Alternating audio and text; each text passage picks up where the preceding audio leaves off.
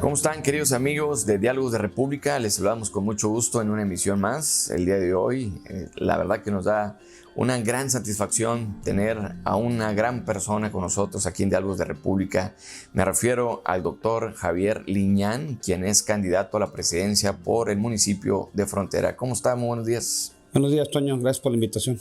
Al contrario, le agradecemos a nombre de nuestro productor Héctor Felán Garza, un servidor Antonio Romo, que estamos aquí en Diálogos de República. Nuevamente agradecerle el tiempo que nos brinda y principalmente conocerle a fondo cómo es Javier Liñán. Gracias por servirte. Adelante. Sí, ¿dónde nació Javier Liñán? ¿Cuáles fueron su etapa de niñez, su juventud, su preparación? Sobre todo porque sabemos que es doctor en lo que es las leyes, ¿verdad? ¿Cómo se preparó? ¿Cómo fue su infancia? Sí, mira, yo nací en un ejido Baján, Coahuila. Sí. Y mis padres, buscando la oportunidad de que estudiáramos, emigran primero a Castaños, y luego a Frontera, y luego a Monclova, y luego a Frontera. Así fue la historia de los lugares donde he vivido. Y en esa búsqueda de mis padres, porque nos preparáramos, porque en el ejido, que era en aquel entonces, solamente había hasta cuarto año de primaria. Okay. Entonces, buscando esas oportunidades, yo estudié la primaria, la estudié en la escuela Club Rotario, y después estuve en la escuela técnica con secundaria, y la prepa la hice en el Cebetis 36, que por cierto yo fui quien lo paró, porque me oponía a las cosas que sucedían. Ya había actos de corrupción por parte de la dirección, y paramos la escuela. Y luego yo llevaba una tendencia hacia la ingeniería. En mi casa todos son ingenieros, excepto yo, soy el más chico de 7. Okay. Y bueno, pues sí fue un conflicto bastante grave porque la tendencia era las ciencias exactas, ¿no? Sí, la ingeniería. Yo siempre fui muy bueno, pues siempre fui de los alumnos más destacados, y no el más destacado, de los más destacados. Y pues bueno, tuve que hacer un giro porque yo venía de un Cebetis 36, de ser técnico electromecánico, y me brinco a humanidades. Ajá. Eso, pues mi padre no se da cuenta que yo ocultamente ya estaba estudiando libros de Derecho. El primer libro de Derecho que estudié es Efraín Moto Salazar, Fundamentos de Derecho. Y pues la verdad es que quedé impactado con ese libro. Yo creo que fue un libro que leí de pe a pa, y ahí decidí romper la tradición de las ingenierías. De las ingenierías. Irme a la escuela de Derecho, la Facultad de Jurisprudencia de la Universidad Autónoma de Coahuila. En Saltillo, allá estudió. Allá. Hemos visto, bueno, en su preparación actual es doctor en Derecho. Es correcto. Mi historia profesional es que yo egreso en el 89, gracias a que fui un buen alumno. Estuve becado y trabajé toda mi historia. Yo trabajo desde niño. Cuando mi padre pues, era un obrero, salario mínimo, teníamos que trabajar, entonces vendíamos huevo por la calle. De hecho, nos conocen como los hueveros, los Liñán. Okay. Y poco a poco convirtió esa venta, casa por casa, se convirtió en una pequeña miscelánea, y fue la manera en que logramos tener la posibilidad de estudiar, porque un salario mínimo no era suficiente para sostener a 7 hijos. Entonces, durante toda mi carrera empecé yo a litigar prácticamente el primer año. O sea, yo empecé a litigar en el 85, divorcios, y en aquel entonces no había juzgados federales. Okay. Entonces los amparos te tenían que presentar vía telegráfica. Entonces yo ofrecí el servicio con los abogados de la región, algunos conocidos. Vengo de una familia, en sí los Liñán, hay muchos abogados también, pero en los Liñán García nada más yo. Entonces, con primos y amigos, empecé a llevar amparos a Saltillo, y yo les mandaba el acuerdo vía telegráfica. Eso agilizaba los trámites. Y eso agilizaba mucho el trámite. De tardarse una semana el amparo, pues se tardaba 2 días o 3 días. Y yo me encargaba de eso. Yo cobraba ya algún aporte ahí, que no era propiamente un honorario, pero sí era un apoyo para mí, más 2 becas que tenía en la universidad, y la beca que gracias a Dios me dio Fundación Pape. Okay. Le tengo mucho que agradecer a la Fundación Pape porque me becó los 5 años de la carrera. Y entonces yo procuré siempre meterme a litigar, porque yo ya había sido office boy de mi primo Rogelio, primer abogado de la familia Liñán. Y de esa manera me fui haciendo de recursos. Pero, de experiencia, sí, claro. Y empecé. Mi arribo a los juzgados fue prácticamente en primer año de leyes. Ya conocía yo cómo se manejaban las cosas ahí. Y ahí empezó mi historia de litigios y de estudio. Y hasta convertirme en abogado en el 89. Ajá. Siempre fue una crítica. En mi casa son académicos, la mayoría son doctores, son doctorados en ingeniería eléctrica, sistemas, inteligencia artificial. Todos tenemos ese grado de doctor. Pero en el caso mío yo no lo consideraba necesario porque el litigio es muy exigente. Cuando eres un abogado responsable y entregado, tienes que estudiar demasiado. Y yo decía, bueno, pues ¿para qué estudio un grado académico superior si todos los días estudio, ¿no? Todos los días tienes que estar actualizándose. Y me actualizaba todos los días. Sin embargo, llegó el nuevo sistema de justicia en el 2008, la reforma, que nos impactó a todo el mundo, porque ver un nuevo sistema de justicia cuando teníamos prácticamente desde 1917 con un sistema de justicia. Un sistema, ajá. O sea, casi te puedo decir que 100 años con un sistema de justicia y que nos lo cambiaran. Y fue un impacto, pero para mí es muy satisfactorio porque cuando estudias Derecho, en la parte teórica procesal, te das cuenta de otros sistemas de justicia y yo ya lo conocía de alguna manera, pero fue muy impactante porque implica cambiar todos los conceptos. Y la verdad es que todavía la comunidad jurídica de México, me atrevo a decirte, incluso los impartidores de justicia, no conocemos a fondo este nuevo sistema de justicia y nos obligó, en el caso mío, a buscar la oportunidad de traer maestría. Yo coordiné la maestría del nuevo sistema de justicia y también coordiné el doctorado porque fue interesado porque jueces, magistrados, ministros públicos, abogados de oficio se acercaran y prepararnos. Que se actualizara. Ajá, sí, claro, el reto aún no termina. Esto va a durar. Los conocedores de este nuevo sistema de justicia, incluso algunos ministros de la Suprema Corte opinan que son 30 años para que se establezca ya al 100%. Entonces, estamos prácticamente a 3 años de que se implementó el sistema de justicia, con muchas fallas, pero ahí vamos saliendo. Yo creo que es como todo, ¿no? Pero sí aquí hubo un error o algo que es producto de la corrupción. El dinero que llegó de otros países, porque otros países interesados en que México cambiara su sistema de justicia, se lo robaron, literal. Entonces nos dejaron a toda la comunidad sin el acceso a los cursos, a la preparación, y eso nos obligó a buscarle, ¿no? Entonces, es por ello que yo me convierto en maestro en Derecho y doctor en Derecho posteriormente. Fíjese que hemos estado checando su trayectoria y todo lo que ha hecho por el bienestar de muchas personas, y lo comentaba cuando estaba estudiando en el CETIS 36, la acción que hace por el bienestar de ellas. Y yo creo que mucha gente le reconoce eso, porque lo sigue haciendo en la actualidad. Sí, yo creo que cuando a mí me preguntan por qué estudio leyes, porque yo venía de una tradición de ingenieros, mi respuesta es que los seres humanos nacemos con ciertas dones, capacidades. Sí, y cuando el ser humano se descubre, y más cuando lo haces a corta edad, para qué eres bueno, qué es lo que tenés, algo que es difícil de explicar, pero sí nacimos con esas características, si tú quieres llamarle genéticas, y que yo descubrí que las tenía. ¿Y cómo las descubrí? Porque siempre fui muy preocupado por defender a los demás. Yo sí fui jefe de grupo desde primero de primaria hasta que terminé el doctorado. Nunca dejé de ser de jefe de grupo, porque pues, era un líder y siempre me preocupaba. El buen líder debe de dirigir a su grupo por el buen camino, ¿no? Y debe de protegerlo. Entonces yo ahí fue cuando me empecé a dar cuenta que naturalmente yo defendía a las personas que estaban abusadas, ¿no? Y lo hice desde primero de primaria. Entonces ya cuando llego a la preparatoria, que veo que hay actos de corrupción de por medio, había en aquel entonces mucho equipo nuevo, porque era una escuela relativamente nueva, pero ese equipo se utilizaba para dar servicios de talleres a industria local. Entonces a los alumnos dejaban viendo, ¿no? Y yo cuando llegué el 2 de septiembre a clases, a primer año de preparatoria, y paré la escuela el 15 de octubre, o sea, un mes y medio prácticamente después paro la escuela porque protestaba el por qué no teníamos acceso los estudiantes estando el equipo ahí, a ese equipo, y descubro que se debe a que se utilizaba para dar servicios y enriquecer al director y al subdirector y a varias personas ahí. Entonces, pues sí fue una guerra. Fui detenido por Secretaría de Gobernación. Tengo un expediente de los 16 años. Ajá.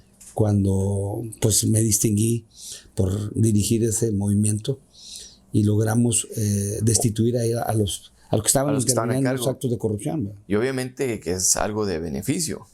Claro, ahí ¿qué se convirtió? En el acceso a los estudiantes. A que se prepararan más, a usar claro, y a usar las máquinas, que era el objetivo, ¿no? De hacer una carrera técnica, ¿no? Y ahí fue los primeros movimientos. Y en secundaria igual, sucedió lo mismo. Siempre participé en la sociedad de alumnos como jefe de grupo. Y fui muy inquieto. O sea, la verdad es que, pero siempre destinado a defender a los grupos, al grupo al que yo pertenecía. Entonces ese liderazgo se nace con esos liderazgos, claro, y se nace con ese deseo de defender la justicia y ese espíritu de servicio, ¿no? De servicio. Doctor, bueno, pues vemos esta parte de su preparación que es muy importante para cuando toma usted la decisión, que es la siguiente pregunta: ¿cuándo toma usted la decisión de incursionar en la política? Sabemos que ha estado en la política o en su partido, a lo mejor no participando como una candidatura como lo hace ahora, pero ¿cuándo nació ese momento para poder servir a su ciudad? Sí, mira, yo creo que no podemos hablar de ese tema sin hablar del panismo. Ajá. Yo soy panista, yo vengo de una familia muy panista. Mi padre y mis tíos apoyaban a don Carlos Páez Falcón, que fue cuando el panismo nace fuertemente en la región. Y quien hizo muchas cosas. Y quien, bueno, yo creo que ha sido de los mejores alcaldes que hemos tenido. Y ahí empezó la historia de ir a las manifestaciones con una bandera cargada. Tenía yo 12, 13 años de edad. Y me gustaba mucho ir a escucharlo. Y pues bueno, algún día soñaba con estar por ahí. Pero después que ya egreso y que me convierto en abogado, me dedico mucho a la abogacía. Tengo mucho contacto con los políticos, sin embargo no tiene una presión muy activa. Pero en el 2010, si mal no recuerdo, que Memo Anaya se preparaba ya para ser candidato a gobernador. Ajá. Me invita, somos abogados, nos conocíamos por el medio profesional. Y pues hace una encuesta y salgo yo como posible candidato a la diputación, que realmente no era mi objetivo. Mi objetivo era participar ayudándole a mi amigo Guillermo. Pero, pues bueno, me dice: oye, ¿sabes qué? Pues tú eres el bueno. Y ahí ya participo como candidato a diputado local. Ajá. Y fue una experiencia muy bonita. La verdad es que era difícil en aquel entonces ganarle ese régimen de gobierno del Estado. Pero sí fue una percepción muy, muy intensa. Y me gustó, la verdad. Y a partir de ahí seguí participando ya activamente en algunos casos del partido como abogado, como asesor, ayudándoles en las campañas, iniciando procesos por delitos electorales. Empecé ya a tener una presión ya más activa y luego posteriormente fui precandidato en el 2013 a la alcaldía de Frontera y finalmente no se concretó, y ahora pues bueno, ya se concreta la candidatura. La candidatura. Y la verdad es que tengo muy poca experiencia en el campo como político, o sea, nunca ocupo un cargo público. Pero doctor, disculpe, pero tiene todo aquí conocimiento de leyes, de lo que es situaciones que puede afrontar, y sobre todo ahora que toma este cargo o esta decisión como candidato, pues eso le va a ayudar muchísimo por la preparación que tiene. Sí, de hecho ha sido una de las a veces críticas o señalamientos. Ajá. ¿Qué ventajas puede ofrecer un doctor en Derecho? Ajá. Mira, todos los actos de gobierno deben estar fundados y motivados en Derecho. Entonces, si eres experto en leyes, pues vas a facilitar mucho el proceso de administración pública, porque la administración pública municipal está fundada en la ley. Entonces, realmente lo primero que yo haré en base a esas capacidades como doctor en Derecho es reformar todo. El municipio es autónomo, es un órgano autónomo y independiente y tiene facultades reglamentarias. ¿Qué significa ello? Que podemos hacer reglamentos nuevos para poder... De acuerdo a las necesidades servirle a la sociedad, pero sobre todo adaptarlas a las leyes federales, porque las leyes federales ahora se caracterizan por esa reforma a la que he hablado, de los juicios orales. Entonces, si no adaptamos esas normas reglamentarias a las leyes ordinarias y constitucionales en materia de procesos transparentes, que esa es la característica de los nuevos juicios, que son transparentes, que son públicos, que son orales. Entonces, lo más transparente que se pueda. pues claro, entonces eso, lo primero que voy a hacer es implementarlo inmediatamente. Y en esto se aplica las reglas de seguridad pública. Tenemos un reglamento mando de buen gobierno que tiene que reformarse. Y esas reglas de los juicios orales, de este nuevo sistema acusatorio que le llamamos, adaptarlo a la seguridad pública y adaptarlo a la propia administración pública municipal. Que yo creo que eso es algo que los ciudadanos están solicitando, ¿no? Que se les dé más atención en esos rubros. Sí, de hecho, yo creo que sería, si no el primero, el segundo o el tercero en toda la nación, Ajá. que implementa un sistema de juntas o acuerdos de cabildo de forma transparente. O sea, tener que llevar a cabo una sesión con un orden que está establecido en la ley, que debe establecerse en la ley, Ajá. en donde hay una cámara y hay audio y video y que sea abierto, que sean transmisiones en vivo. ¿Para qué? Para evitar suspicacias Sí. que hacen entender que haya corrupción atrás de los actos de cabildo, ¿no? Entonces yo creo que seríamos los primeros. Frontera, de alguna manera, nos autopercibimos como un patio de Monclova. Hay que darle esa vida propia, esa identidad propia. Y si lo hacemos como un modelo de municipio, estoy seguro que va a ser un modelo de administración municipal, porque claro. yo soy un reformador, o sea, yo siempre he pensado futuro y siempre estoy actualizándome en el campo de las leyes y voy a ser un reformador y voy a hacer de la administración pública municipal un acto de transparencia y sobre todo que no deje lugar a que la ciudadanía piense que hay actos de corrupción atrás de esos acuerdos de cabildo. Y ese modelo que se puede implementar, obviamente, pues a más ciudades. Lo podemos tropicalizar a otros lugares, pero tenemos que gobernar con el ejemplo. No podemos hablar de la lucha contra la corrupción y formar parte de ella. Yo fui juez, yo creo que toda mi historia nada más estuve 6, 7 meses en el Poder Judicial. Fui secretario de un juzgado civil y fui juez. Y la verdad es que no me adapté porque no estaba de acuerdo en formar parte de la cadena de corrupción en aquellos años propia del Poder Judicial. Entonces, sí me salí y mi historia ha sido de una lucha permanente en contra de los corruptos, de la corrupción, en contra de todo un sistema que envuelve al político y al ciudadano y que venimos siendo copartícipes todos. Tenemos que levantar la voz y tenemos que hacer cambios. Y yo creo que ante los cambios que conlleven la transparencia en la administración pública nadie podrá protestar. Así es, y fíjese, le agradezco estos comentarios que usted nos brinda a RD Noticias, porque todo esto involucra a toda la sociedad. Con todo este proyecto que usted trae, se está involucrando a toda la sociedad. El doctor Javier Liñán, ¿cómo ve a Frontera en este momento? ¿Cómo usted lo visualiza?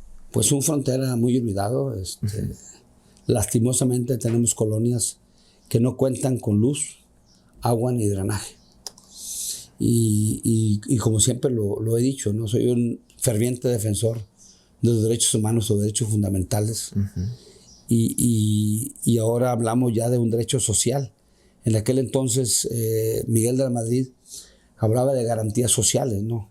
Fue cuando las garantías de los individuos no se centraban en un proceso, sino ahora ya no se consideran parte de un proceso legal, sino parte de una sociedad. Por eso llaman ahora garantías, le llamaron en aquel entonces garantías sociales, ahora se le llamamos derechos fundamentales. ¿Por qué? Porque desde la ONU, desde los tratados internacionales, hay un derecho fundamental que se llama derecho a una vida digna. Y ese derecho a una vida digna implica que tengas agua, luz eléctrica y drenaje, y acceso a la salud, y acceso a un ambiente sano. Un medio ambiente sano.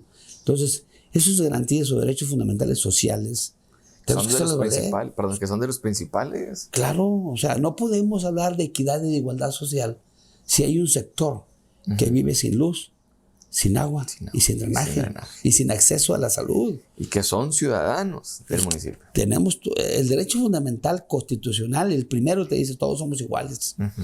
Entonces, no podemos hablar de una medición pública que llegue y se centre en el desarrollo industrial como yo lo estoy proponiendo. Es básico el desarrollo industrial de nuestra ciudad. Y dejar atrás a ese sector olvidado, Hay elementos incluso constitucionales y legales para exigirles a las autoridades competentes, a los órganos, como CIMAS, como Comisión Federal, para obligarlos a que tengan acceso a esos servicios, porque no pueden haber esos ciudadanos que carecen ya no de la infraestructura, sino del derecho fundamental a una vida digna. A una vida digna.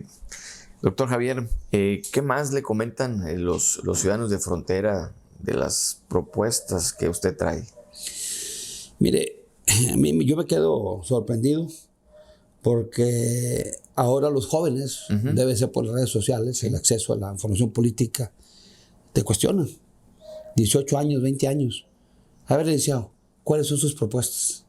O sea, quieren darse cuenta de viva voz y interrogarte.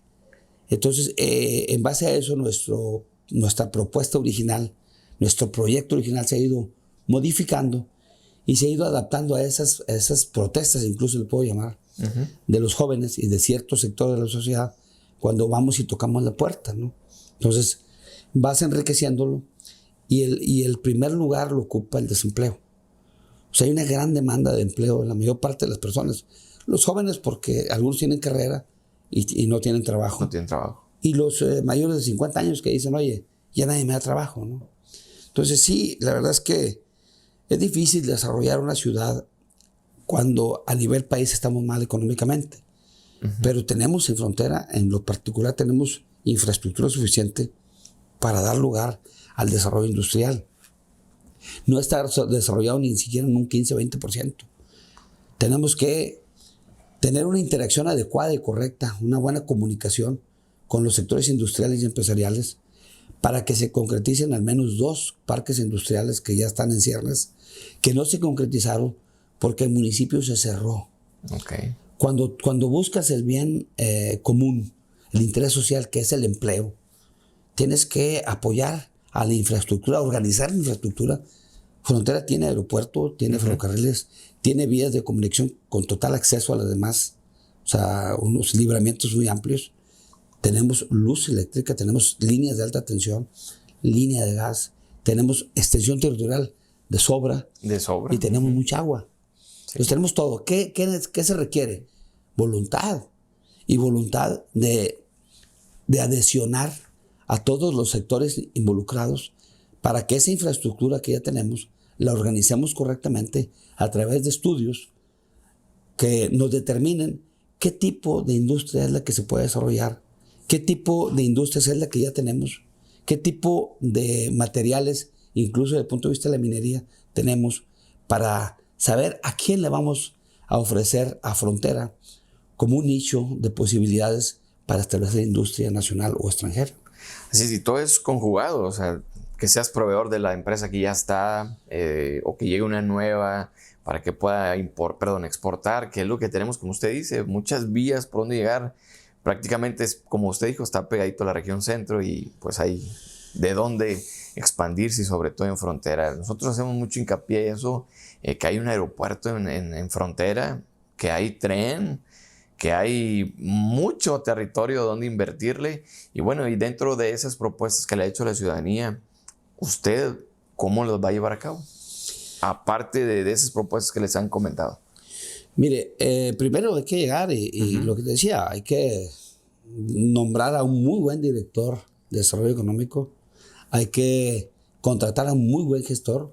Tenemos pláticas con un gestor que tiene toda la experiencia del mundo en traer empresas a México. Y también habíamos escuchado que involucraría parte de la iniciativa privada claro, al proyecto, al trabajo. Claro, si no tenemos esa sinergia con el sector de la iniciativa privada y hasta con los propietarios de los lotes, no podemos concretizarlo. Un ejemplo muy claro te pongo.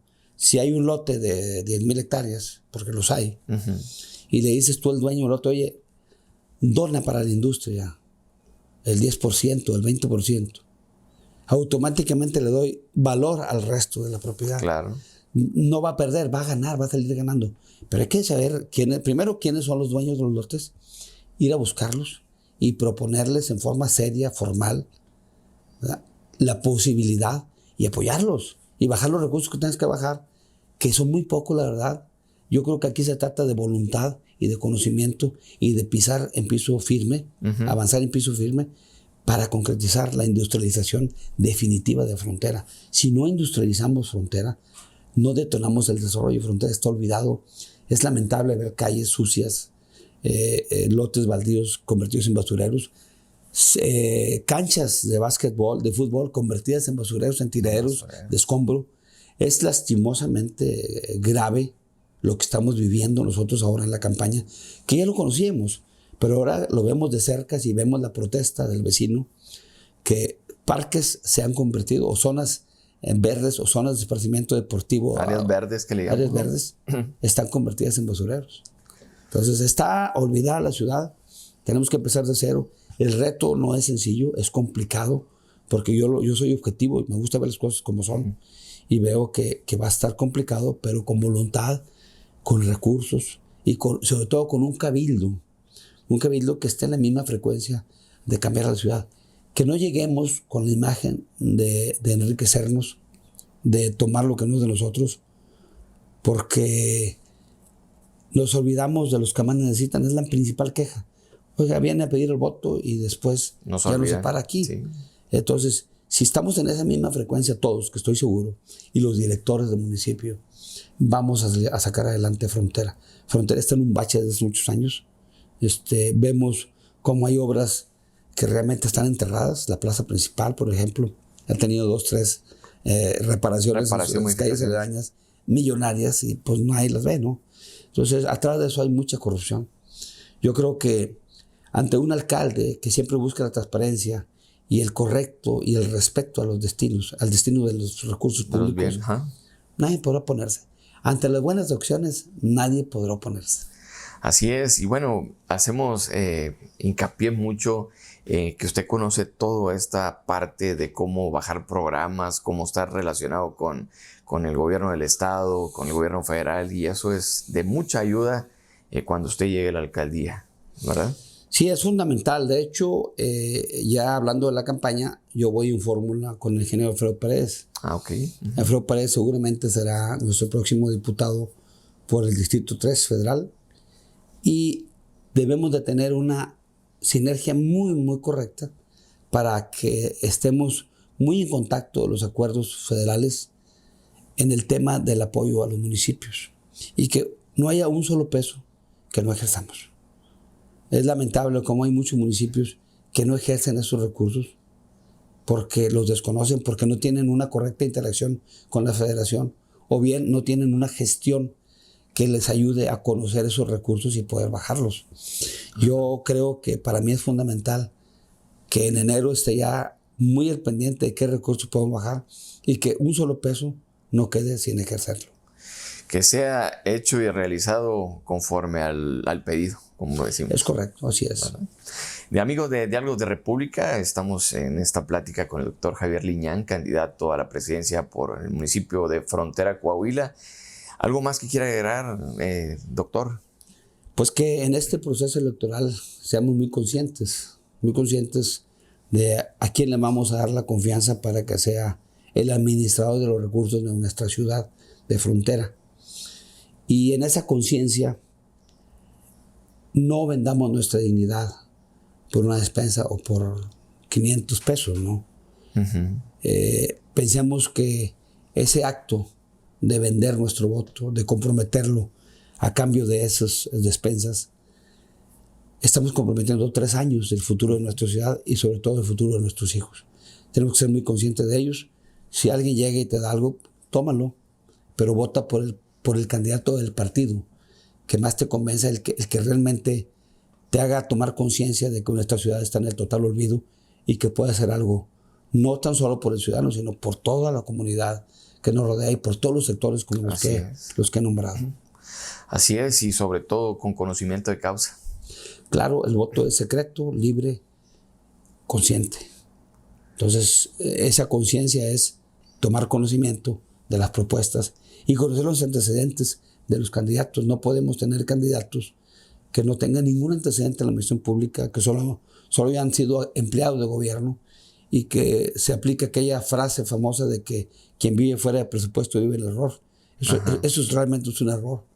Debemos de vivir del producto de nuestros propios esfuerzos y capacidades y fomentar el respeto, sobre todo, a los recursos ajenos, al dinero ajeno, que es la historia de nuestro país, es de corrupción en las áreas gubernamentales.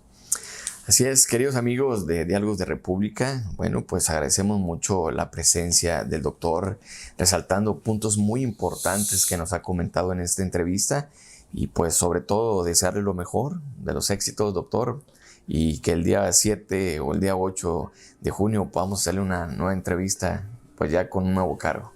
Muchas gracias, así será. Muchas gracias, queridos amigos de Diálogos de República. En nombre de nuestro productor Héctor Felán Garza, un servidor, Antonio Romo, nos vemos en la próxima emisión.